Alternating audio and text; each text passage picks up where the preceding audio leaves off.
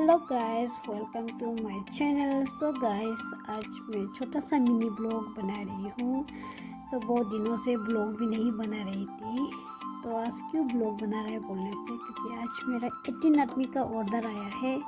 तो उसके लिए मैं पूरा प्रिपेयरिंग कर रही हूँ। पूरा सब्जी उब्जी को साफ़ सफाई करके मैं अभी पकाएंगे गाइस। ये है करी आइटम। फाइनली अभी गाइस मेरा खाना हो गया है, तो मैं अभी करी के लिए मैं बना रही हूँ। यहाँ पर गैस में बैठा के रखा हुआ है, मसाला और थोड़ा मिक्स करेंगे गाइस। तो ये है मेरा टमाटर सलाद के लिए मैं काट के रखा हूँ गाइस, आप सब लोग देख सकते हैं।